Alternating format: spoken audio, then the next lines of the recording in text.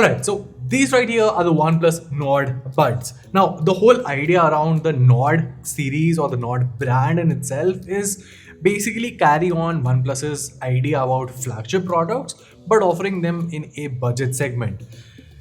Uh, that is at least what it sounds like. But do they really manage to deliver on that promise?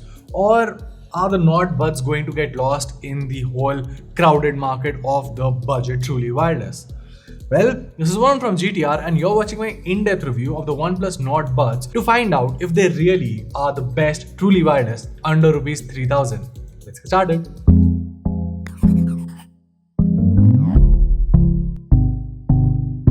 Alright, so first things first, let's start by talking about the design here.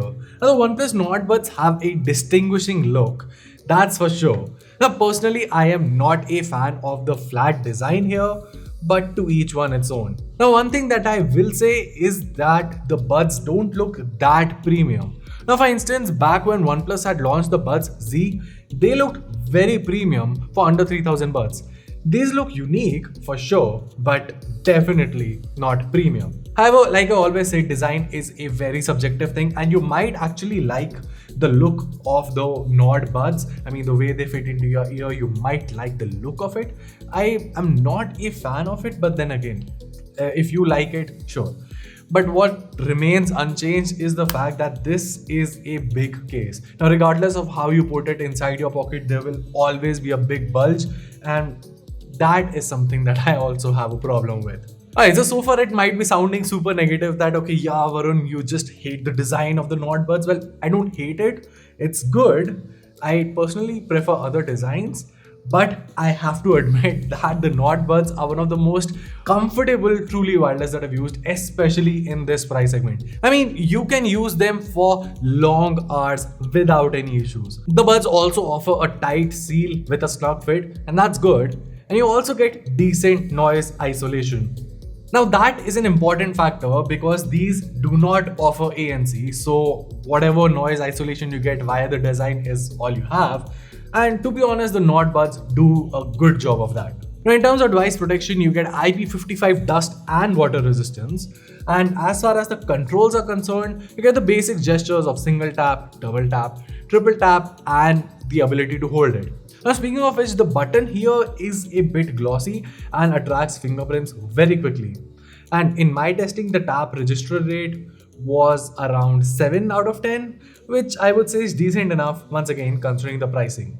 Now one thing to highlight here is that obviously these are truly wireless that you can connect via Bluetooth, but most truly wireless nowadays are coming with Google Fast Pair. The OnePlus Nord Buds do not come with support for Google Fast Pair, but instead they use OnePlus's Fast Pair.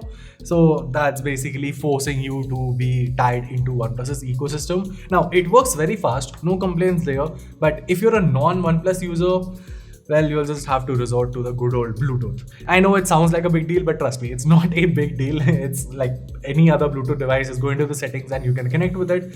But yeah, Google Fast Pair definitely makes things a lot more convenient. Speaking about things that are OnePlus only, let's talk about the software part.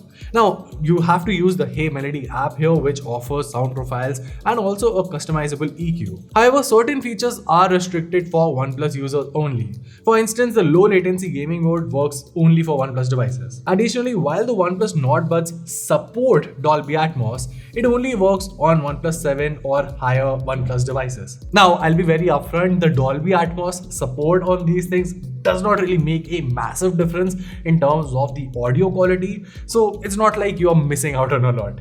So speaking of that, let's talk about the audio quality of these buds. Now the OnePlus Nord Buds come with a 12.4mm titanium drivers, which is pretty decent for the price.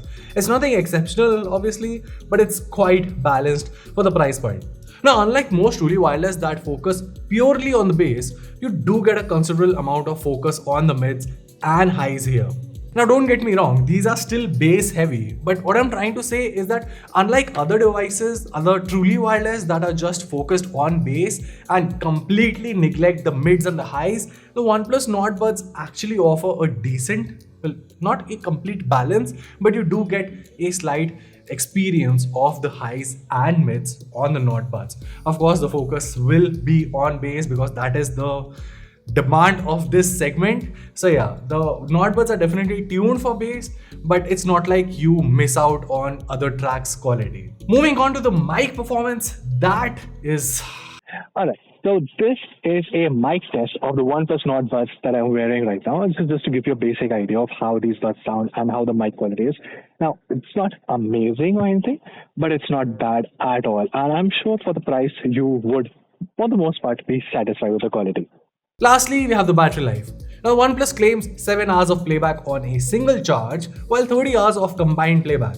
Now, in my testing, I was averaging about 5 to 5.5 hours on a single charge on a Spotify loop, which is fine. I mean, it's a little away from OnePlus's claim, but nothing to complain about. The good part here is that you also get 10 minutes of quick charge for what OnePlus claims is about 5 hours of music playback, which once again is pretty good. Now the OnePlus Nord Buds are priced for rupees 2,799 or 2,800, depending on how you put it. But anyway, my point here is that for that price, the Nord Buds definitely offer a good experience.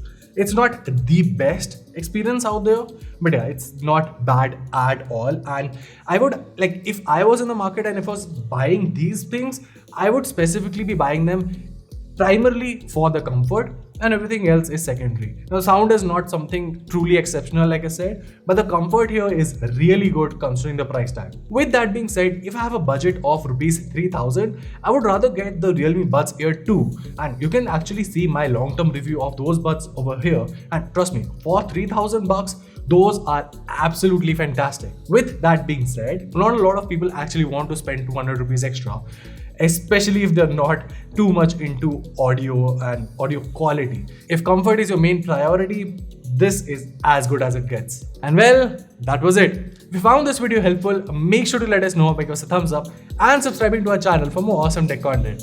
Till then, this is Wound from GTR, and I'll see you in the next one.